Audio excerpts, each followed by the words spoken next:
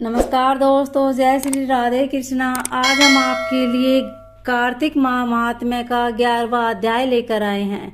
अध्याय सुनने के बाद आप हमारे चैनल को प्लीज सब्सक्राइब करें, बेल आइकन को प्रेस करें ताकि हमारी वीडियो की नोटिफिकेशन सबसे पहले आप तक पहुंचे। वीडियो को लाइक और शेयर जरूर करें। जिसको जप कर जीव हो भवसागर से पार, 11वें अध्याय का कमल करे विस्तार। एक बार सागर पुत्र जलंधर अपनी पत्नी विरंदा सहित असुरों से सम्मानित हुआ सभा में बैठा था। तभी गुरु शुक्राचार्य का वहां आगमन हुआ। उनके तेज से सभी दिशाएं प्रकाशित हो गई। गुरु शुक्राचार्य को आता देखकर सागर पुत्र जलंधर ने असुरों सहित उठकर बड़े आदर से उन्हें प्रणाम किया। गुरु शुक्राचार्य ने उन सबको आशीर्वाद दिया। फिर जलंधर ने उन्हें एक दिव्य आसन पर बैठाकर स्वयं भी आसन ग्रहण किया।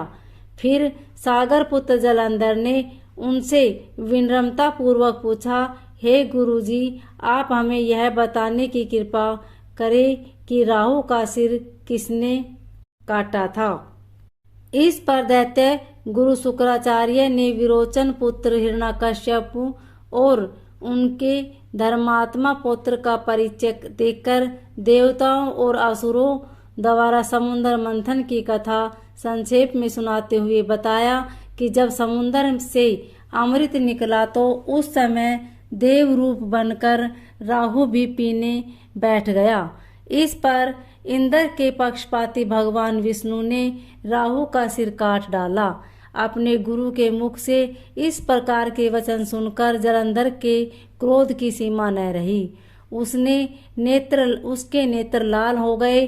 फिर उसने अपने धस्मर नामक दूत को बुलाया और उसे शुक्राचार्य द्वारा सुनाया गया वृत्तांत सुनाया। तत्पश्चात उसने धस्मर को आज्ञा दी कि तुम शीघ्र ही इंद्रपुरी में जाकर इंद्र को मेरी शरण में लाओ। धस्मर जलंधर का बहुत आज्ञाकारी एवं निपुण दूत था। वह जल्दी ही इंद्र की सुधर्मा नामक सभा में जा पहुंचा और जलंधर के शब्दों में इंद्र से बोला, हे देवता धाम, तुमने समुद्र का मंथन क्यों किया और मेरे पिता के समस्त रत्नों को क्यों लिया? ऐसा करके तुमने अच्छा नहीं किया। यदि तू अपना भला चाहता है तो उन सब रत्नों एवं देवताओं सहित मेरी शरण में आ जा, अन्यथा मैं तेरे राज्य का ध्वंस कर दूंगा। उसमें कुछ भी मिथ्या नहीं है।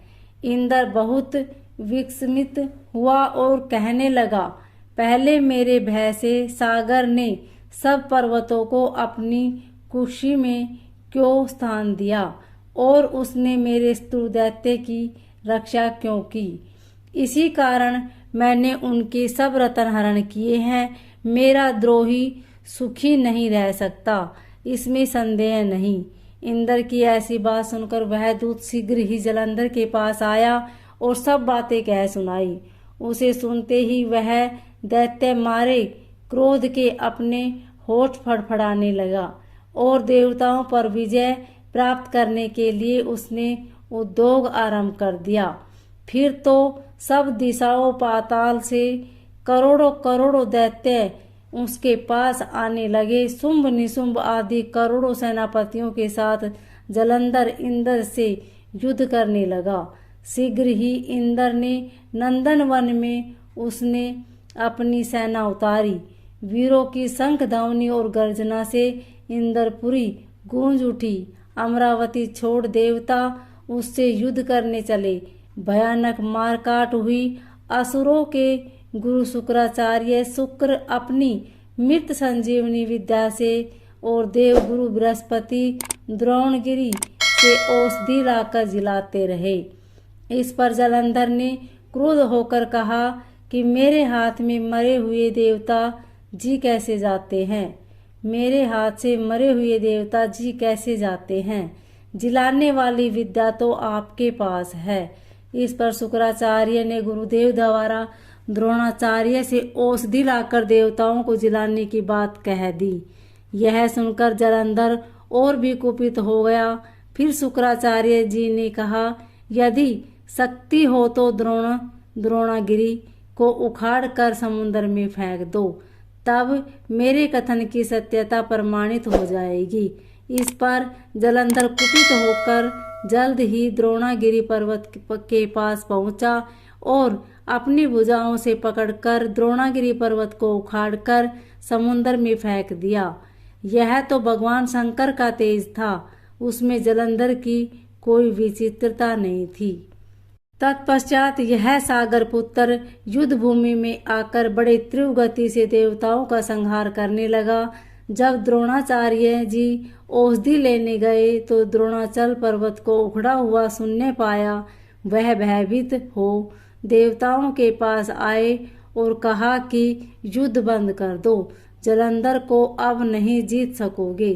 पहले इंद्र ने शिवजी का अपमान किया था।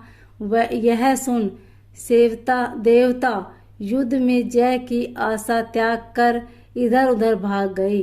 सिंधुसुत निर्भय हो अमरावती में घुस गया। इंद्र आदि सभी देवताओं ने गुफाओं में